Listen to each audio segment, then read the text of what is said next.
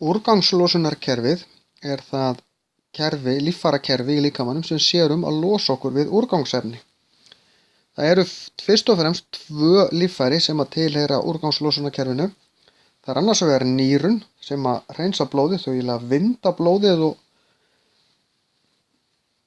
vinda þannig úrgangsefnin úr og við skilum þeim af okkur sem þvagi, við pissum því út.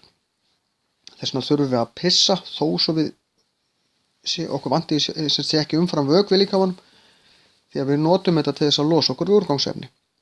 Hitt líffæri í úrgangslosunarkerfinu er lifrin. Hún losar ekki út efni, heldur hún brýtur niður eiturefni og alls konar efni sem við viljum ekki hafa í líkamanum, en nýrun losa þau síðan út.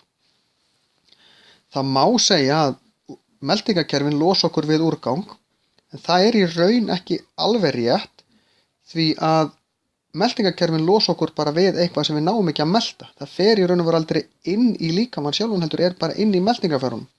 Strangt til tekið eru þau utan við líkamann þó þau séu inn í þetta pínu flókið. En úrgangslosunarkerfið eru sem sagt nýrun og lifrin sem losa okkur við úrgangsefni.